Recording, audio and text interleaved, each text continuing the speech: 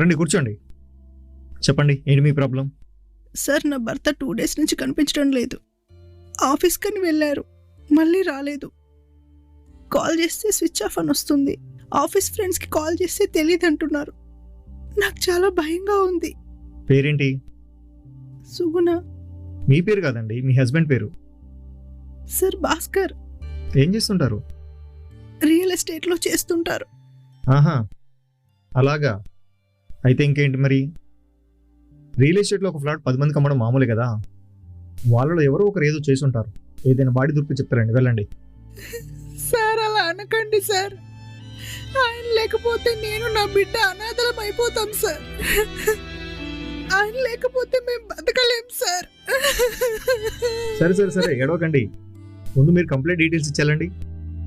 Sir, please sir, మీకు దండం పెడతా, నా భర్తను కాపాడండి.